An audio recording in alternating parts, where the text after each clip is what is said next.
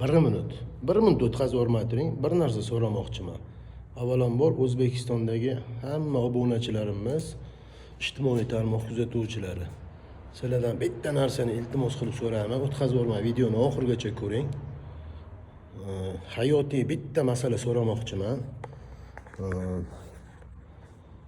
Men o'zi bir O'zbekistondagi oddiy bir mehnatkash, hunarmand, O'zbekistonimiz xalqiga, mehnatkash akalarimiz, ukalarimiz, farovon oilalarga xizmat ko'rsatadigan bitta hunarmand bo'laman-da. Men so'raydigan narsam shuki, to'g'ri, chiroyli video qila olmasman. Qiziqarli videolar qila olmasdirman. Bitta narsaga hayron qolaman-da. Nimaga biz mehnatkashlar shu video qilsa hech kim bitta ko'rib turib, nima qilib bitta like bosib keta olmaydi? Nimaga shunaqa? Bilmaysizlarmi o'shanga? Qachon qarasam bir eng yaqinlarim 3 ta, 5 ta, 10 dona odam like bosib qo'yadi xolos. Men doim Instagramga kirib, nima qarayman, 50 ta, 100 ta, 1000 ta like bo'larmikin deb o'zimga o'zim juda ko'p savol beraman-da. Faqat hali mashhurlar nima deydi, bir qiziqarli bo'lmasa ham, bir nima bo'lgan kontentlarni qilib chiqsa ham 1300 ta, 1200 ta nima bo'lib ketadi-ku, like bo'lib ketadi. Nima deysizlar? Biz mehnatkashlarniki ham bir shunaqa bo'larmikin? Mana reels ko'rib turibsiz.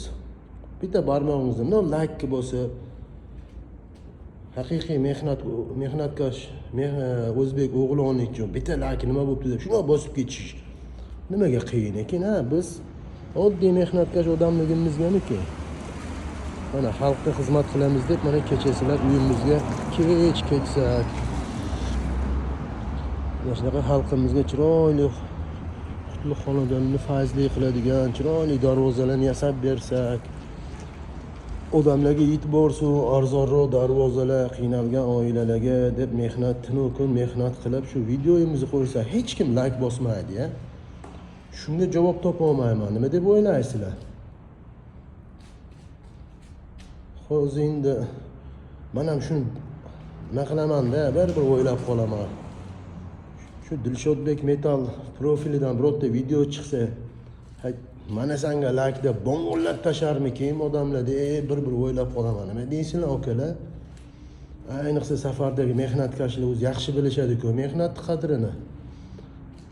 Bekor video ko'rib o'tirganda shu mehnatkash bola ekan deb bitta like bosib, kommentariyada omad ukam deb qo'ysa zo'raligi nima deydi? Bizdan tanilib, xalq xizmatining orqasidan tanilib ketarmikimiz, nima deb o'ylaysizlar?